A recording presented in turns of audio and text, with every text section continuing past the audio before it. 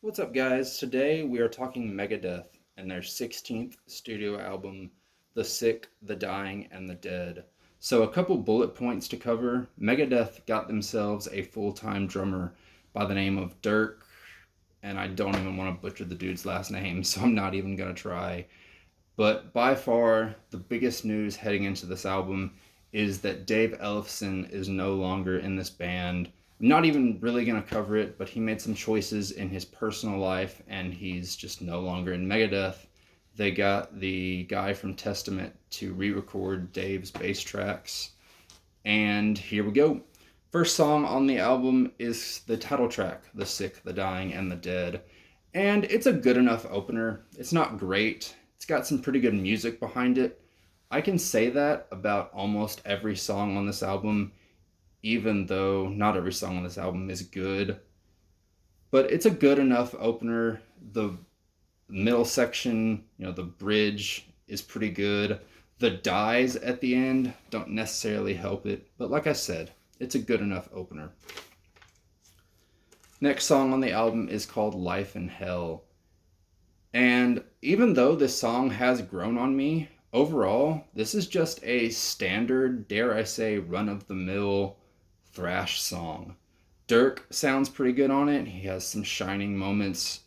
And like I said, it has grown on me, but overall, it's just a standard run of the mill thrash song. Don't hate me for saying that, but yeah. Next song on the album is called Night Stalkers. And wow, you are going to have to listen to this song quite a bit to get your full opinion because the first couple times, all you're going to be listening to is that riff. And that riff is something special. It is something to behold.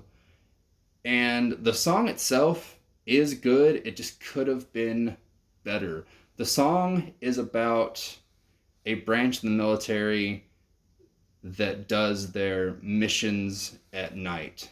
And it just could have been handled so much better when you're talking about the brave men and women that serve this country. And that's not even me being mad at this song. It's just the lyrics of this song almost come across as like macho, like puff your chest out, like manly BS.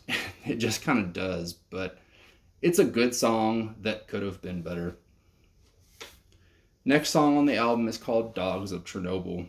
And at least since he's been in Megadeth, anytime Kiko gets his hands on an acoustic guitar, he just creates magic.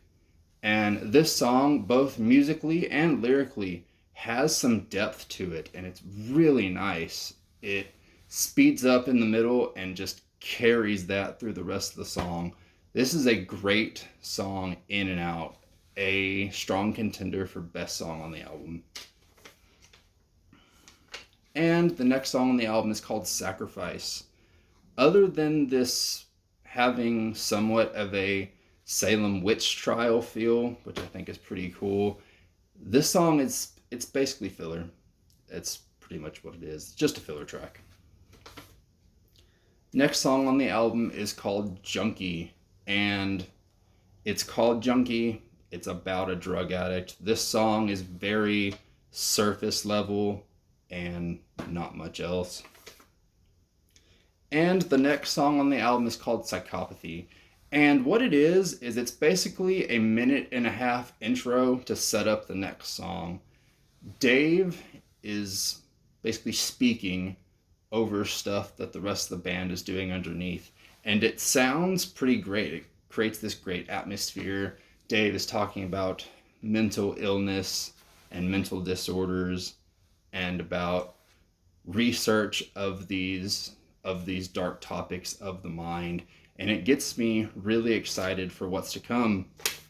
And that of course leads into Killing Time, which is just so fucking bland.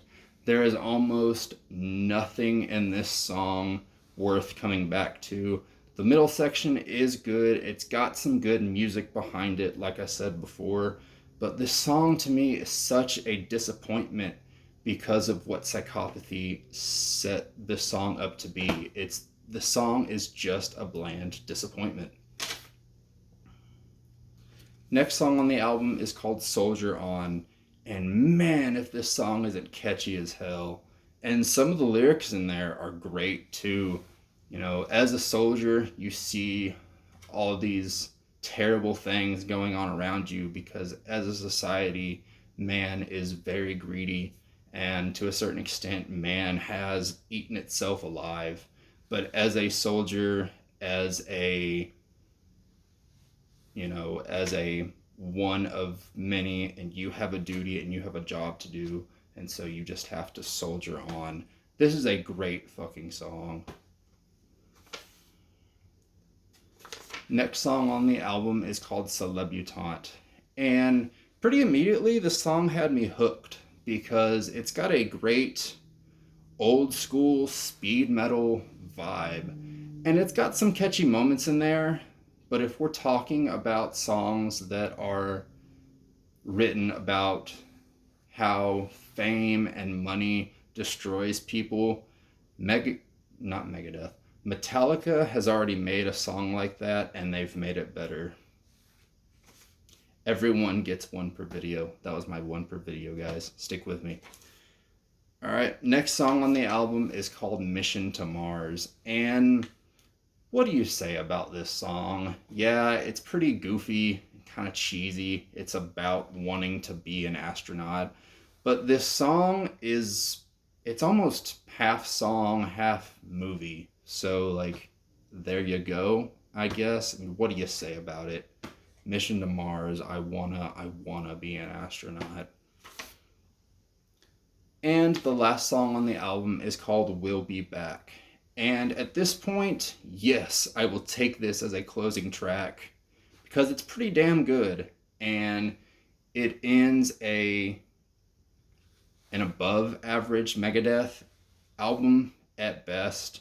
But it got some pretty good solos in there, not only by Kiko, but by Dave as well. And the album at least ends on somewhat of a high note. So, some closing thoughts. How will I remember this album? Basically, and this isn't 100% true, but basically all the good songs were released as singles before the album was. I mean, if you're honest with yourself, I mean, who's going to tell me that Sacrifice is their favorite song on the album? Who's going to tell me that, I don't know, Killing Time is their favorite song on the album? This is a above average Megadeth album at best. But let me know what you guys think in the comments. Let's get the conversation going. Don't forget to like, comment, once again, and subscribe. Thank you guys so much for watching. God bless.